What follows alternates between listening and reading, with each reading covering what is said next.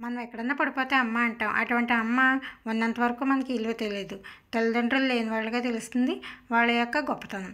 మనకి దేవుడిచ్చిన టైం రోజుకి 24 గంటలు.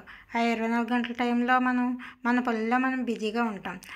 ఎంత పనున్నా ఒక్క 10 నిమిషాలు మనం తల్లిదండ్రుల కోసం టైం కేటాయించి వాళ్ళతో ప్రేమగా హ్యాపీగా మాట్లాడామంటే ఆ తృప్తి ఆనందమే వేరు కదా.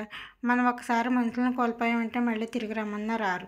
ఆ క్షణాలు కూడా తిరిగి రావన్నమాట. జరిగిపోయిన క్షణాలు చాలా మధురమైనవి. అవి మనం కోల్పోకూడదు. ఎప్పటికప్పుడు స్వీట్ మెమరీస్లా మనం దాచిపెట్టుకోవాలి. అందుకే మిస్ అవ్వకుండా ప్రతి క్షణం కూడా మన ఫ్యామిలీతో మనం హ్యాపీగా ఉండడానికి ప్రయత్నించాలన్నమాట. మన తల్లిదండ్రులు చిన్నప్పుడు మనల్ని ఎలా అయితే చూస్తారో అలాగే ఒకానొక టైం వచ్చేసరికి మన తల్లిదండ్రులు మన చేతుల్లోకి పసివాళ్ళలా మారిపోతారనమాట. ఆ టైంలో మనం వాళ్ళని అదే ప్రేమగా చూసుకోగలగాలి. అంతే కదా. అంతే కదా మరి. ఒకప్పుడు మనల్ని వాళ్ళు చూస్తారు. ఒక టైంలో వాళ్ళని మనం